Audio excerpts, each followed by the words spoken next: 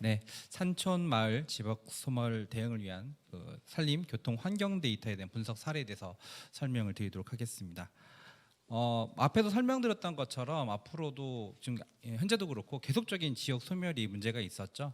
특히 이제 인구 감소와 고령화 문제, 그다음에 교통 인프라에 대한 부족, 일자리 부족, 교육 서비스 조조, 그다음에 지역 사회에 대한 환경 변화가 사실은 그 지역 소멸이 지금 가속화가 되고 있다. 그렇다면 우리가 무엇을 위해서 지금 해야 되느냐? 자, 그 옆에 보시면은 각 지자체에서 하고 있는 지역 소멸 방지에 대한 정책입니다. 대부분 보면은 월세 10,000원 아파트, 결혼, 출산, 보조금 같은 것들을 주는데 사실은 이게 원천적인 해결 방법이 아니라는 거죠. 그럼 우리가 원천적인 해결 방법을 잘 알려면 원인을 찾아야 된다고 보고 있는 겁니다. 근데 중요한 거는 아까도 설명을 하셨다시피 그 지역에 등록되어 있는 인구의 감소, 증가만 보고 있기 때문에 실질적으로 그 지역이 얼마만큼 지역 소멸이 되느냐에 대한 어떤 아젠다나 인사이트를 제공할 수 없는 부분이다. 왜냐하면 관광을 해서 놀러 올 수도 있는 거고 아니면 그 지역에서 어떤 일자리를 할 수 있는 부분들이기 때문에 이거는 행정통계, 인구학적인 부분에서는 정리가 안 되는 부분들이 있죠. 저희가 그래서 이런 것 좀 해결하기 위해서 다양한 시도를 좀 하기로 했습니다. 특히 1터와 3터, 배움터, 놀이터의 기준으로 보고 우리가 각각의 이거를 증명할 수 있는 데이터의 항목들을 좀 한번 저희가 연구를 좀 해봤습니다. 그 주로 뭐 1터 같은 경우에는 뭐 사업체 수라든지 정주 인구, 그다음에 대도시의 접근성, 인구 감소율, 그다음에 SOC에 대한 접근성 등 다양한 형태의 데이터들 저희가 구축을 하고 활용하기로 저희가 좀 다양한 방법을 좀 찾아봤는데요.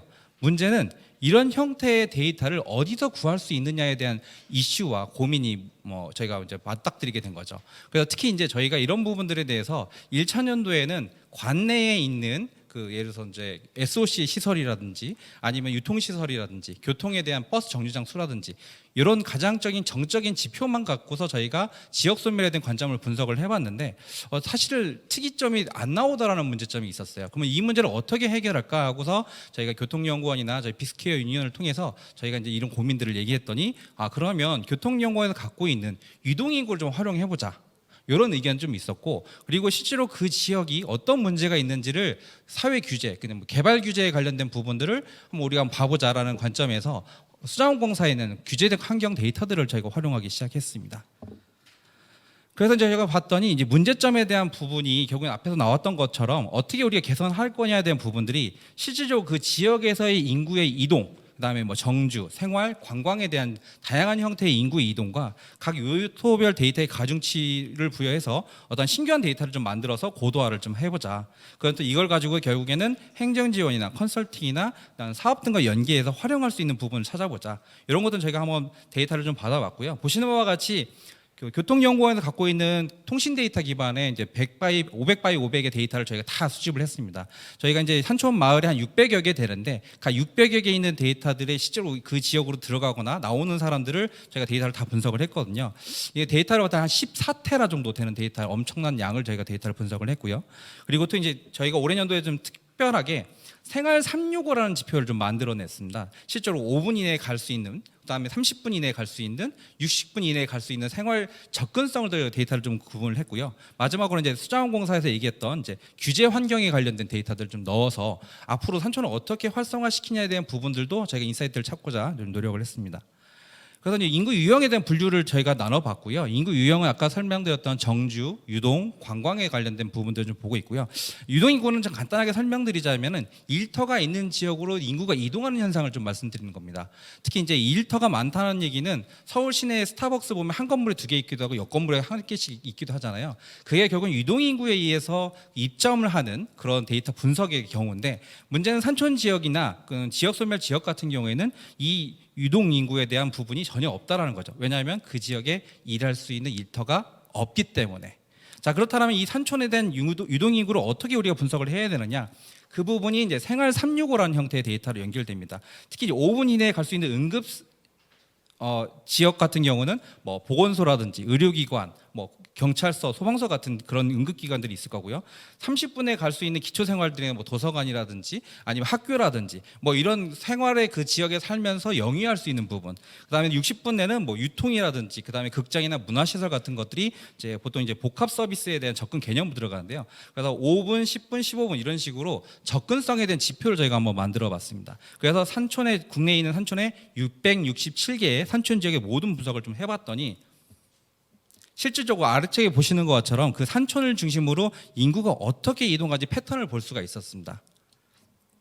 그래서 이제 이런 것들을 만들기 위해서 저희가 이제 신규 데이터를 만들 때 다양한 지수인자들을 결정하고 그 지역의 지역 소멸이나 그 지역의 인구 또는 그 지역의 소비 인구들이 어떻게 이동하는지 또 그 사람들이 어떠한 삶을 거기서 영위하는지에 대한 형태와 패턴을 3터, 1터, 배움터, 놀이터로 크게 4개로 구분했습니다. 3터라면 말 그대로 정주하는 공간인 거고 1터는 업무하면서 거기서 부가가치를 얻는 공간입니다. 그리고 배움터는 교육시설, 어떤 교육에 대한 부분들을 채우는 지역이고 그다음 놀이터는 이 관광 인프라를 활용해서 관광 수입을 하거나 관광지 역할을 하는 부분, 크게 4부분을 저희가 가중치를 만들어서 좀 데이터를 만들었고요. 특히 이런 것들을 저희가 이제 1차 년도에도 저희가 이제 카드 데이터 이런 거는 사용을 했었습니다. 근데 그 카드 데이터가 어디에서 어떻게 썼는지는 나오는데 어떠한 형태의 이동을 했는지는 저희가 모르는 상황이었거든요. 근데 이거를 이제 교통연구원의 데이터를 활용해서 그 원인을 좀 찾을 수가 있었고요. 그래서 각각 3터, 1터, 배움터, 놀이터에 관련돼서는 각각의 데이터에 대한 개수들을 저희가 만들어냈고 이 개수들을 활용해서 각 지역들을 좀 분석을 좀 해봤습니다. 그랬더니 1차 분석했던 부분들과 2차 분석했던 부분들이 특이점이 나오기 시작합니다. 특히 1차 지역 같은 경우에는 SOC, 그러니까 예를 들어서 뭐 병원이라든지 학교라든지 이런 시설이 관내에 있다라면은 그 지역은 활성화된 지역이라고 저희가 봤었는데 사실은 이제 아까의 이동성이나 접근성에 대한 고민을 안 했었습니다. 그래서 2차 년도에도 봤을 때 그 청양군 같은 경우는 대치면에는 벌써 1터 지수가 그 1차 비해서 좀 좋음으로 좀 나타나는 경향이 좀 있었고요. 그 다음에 이제 울진군 같은 경우도 좀 놀이터 지수가 상당히 높은 곳이라고 표현이 되어 있는데 2차 년도에는 놀이터 지수가 상당히 낮아졌습니다. 왜냐하면 이 그 관련돼서 이제 산림청에서 운영하고 있는 휴양림이나 휴양림 관리소나 뭐 이런 것들이 있었기 때문에 이 지역은 수요가 있기 때문에 휴양림이 있었을 거고 이 지역은 관광이 활성화될 것이다라는 가정에서 분석을 했었는데 실제로 그 데이터를 이동한 걸 경로를 봤더니 휴양림에 대해서 충분히 이용을 하고 있지만 그 실제로 관광에 대한 소비론 연결이 되고 있지 않다라는 게 저희가 데이터 분석으로 나왔었고요. 특히 이제 여기서 보시는 금강송면 같은 경우는 금강송 숲길이라는 곳이 있습니다. 이 지역이 상당히 유명하고 우리나라 금강송에 대한 군락지이기 때문에 되게 산림청에서도 관광 자원을 만들어서 신경을 쓰고 있는 부분인데 그럼 이 부분이 왜 관광의 활성화에 도움이 되지 않았느냐 했더니 실제로 그 금강 숲길이라는 곳이 자연 보호를 하기 위해서 방문객들을 제한하고 있었거든요. 그러니까 단순히 아까 1차에서 봤던 것처럼 그 지역에 관광 시설이 있다고 해서 관광이 활성화되지 않는다는 것을 보여주는 화면입니다. 그래서 이제 이런 것들로 저희가 쭉 봤을 때도 보령시 같은 경우에는 같은 관내에도 관광이 활성화되는 지역과 되지 않는 지역으로 구분이 됐어요. 그래서 이 데이터를 좀 분석을 해봤더니 결국엔 어떤 문제냐? 실제로 연안에 있는 지역들은 그 대천 해수욕장을 근거로 해서 유동인구나 아니면 생활인구 그다음에 그 일터가 있기 때문에 실제로 활성화가 많이 되고 있는데 보령군 안쪽, 보령시 안쪽에 있는 촬영산맥 안쪽에 있는 지역들은 실제로 일자리나 아니면 이런 모빌리티나 이런 생활시설들이 충분히 받쳐주고 있지 않기 때문에 실제로 거기서 소비할 기회가 없는 부분들이 좀 나와 있습니다. 그래서 저희가 이제 1차와 2차를 구분해서 저희가 본 이유는 사실 1차가 어떤 분석의 방법이 잘못됐다라기보다는 우리가 데이터를 바라보는 부분이 산림의 데이터만으로 어떤 사회 문제를 해결하거나 사회 문제의 원인을 찾을 수 없다라는 데 기한을 했고 이걸 기반으로 해서 우리 빅스퀘어 유니언에 있는 다양한 형태의 데이터들을 활용해서 우리가 좀 사회 문제들 정확하고 그리고 앞으로 어떤 문제를 어떻게 해결할 건지에 대한 솔루션도 제공할 수 있다라는 그런 기회로 삼고 있습니다.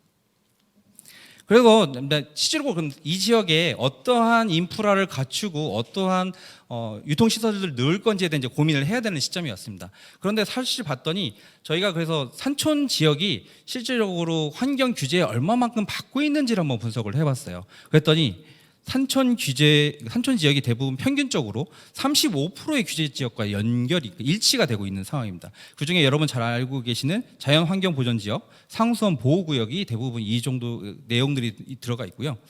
그래서 시적으로 이제 규제에 대해서 인구 영향을 한번 봤습니다. 봤더니 시적으로는 합천군이나 삼척시 같은 경우에는 산촌 인구에 영향을 좀 많이 미치고 있고요. 그리고 이제 주거 형태, 아파트 빌라 같은 경우도 대부분 뭐 그 진안군이나 화순군들도 같이 영향을 미치고 있다는 거죠. 그렇다면 우리가 지역 소멸을 해결하기 위해서 어떤 인프라를 여기다 넣기로 했는데 실제로 실현이 가능할 거야 하느냐에 대한 부분에서 우리가 고민을 해봐야 될 시점이 됐다라는 겁니다. 그래서 우리가 이런 것들을 결국에는 산촌 환경 규제를 어떻게 풀어 나가야지 되느냐에 대한 고민도 좀 필요한 시점이 됐다.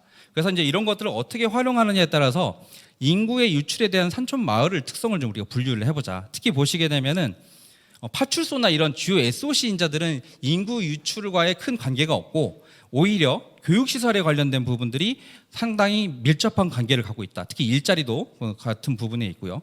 그리고 이제 산촌 마을이 대도시와의 접근성을 어떻게 접근을 하느냐. 예를 들어서 광주 인근, 대구, 그다음에 부산, 그다음에 충청 뭐 이런 식으로 주요 거점 도시별로 그 지역 산촌 마을들이 분포를 하고 있는데 그 지역을 활성화시키고 산촌을 좀 더 활성화시키려면은 그 대도시와의 접근성 연결을 강화할 수 있는 교통이라든지 대중교통이라든지 뭐 이런 시설들이 그 지역 인근에 있는 게 아니라 그 대도시에 있는 거점 도시로 연결할 수 있을 방법이 필요하다. 그래서 이런 것들 저희가 데이터 분석을 좀 나왔던 거고요. 이런 것들이 결국에는 실질적으로 각 지역에 제한된 인프라, 제한된 자원을 어떻게 투자할 건지에 대한 고민이 필요한 시점이 됐습니다. 그래서 이제 이런 부분들은 저희가 이제 정부 지자체 사업하고 연결을 해서 산촌 지역 소멸 기금과 연계해서 할 수 있는 부분들이 있을 거고, 그리고 산촌 같은 경우에는 각 지역별로 똑같은 지원 사업이나 어떤 인프라를 만들려는 경향이 있어요. 예를 들어서 산천어 축제를 해서 어느 지역이 좀 활성화됐다 싶으면은 다 모든 시도가 나도 산천어 축제 할래 뭐 이런 것들 경향성이 좀 강하거든요. 그래서 그 산촌 지역에 맞는 어떤 지원 사업들을 만드는 게 더 중요하다. 그래서 이런 것들을 활용할 수 있을 것 같고요. 실적으로 그리고 기산촌에 대한 관심 인구들이 대부분 기산촌을 실패하는 이유 중에 하나가 교육이라든지 보건, 의료 같은 서비스들이 제공하지 않아서 보통 실패하는 경우가 많거든요. 근데 이제 기산촌 같은 경우에는 이런 부분들 미리 예방하고 활용할 수 있을 것이다. 그리고 이제 이런 부분들도 결국에는 금융과 연계를 해서 금융적인 투자뿐만 아니라 산촌에 대한 관광들도 활성화될 수 있게끔 저희가 이런 부분을 활용할 예정에 있습니다. 네, 이상 발표를 마치도록 하겠습니다. 감사합니다.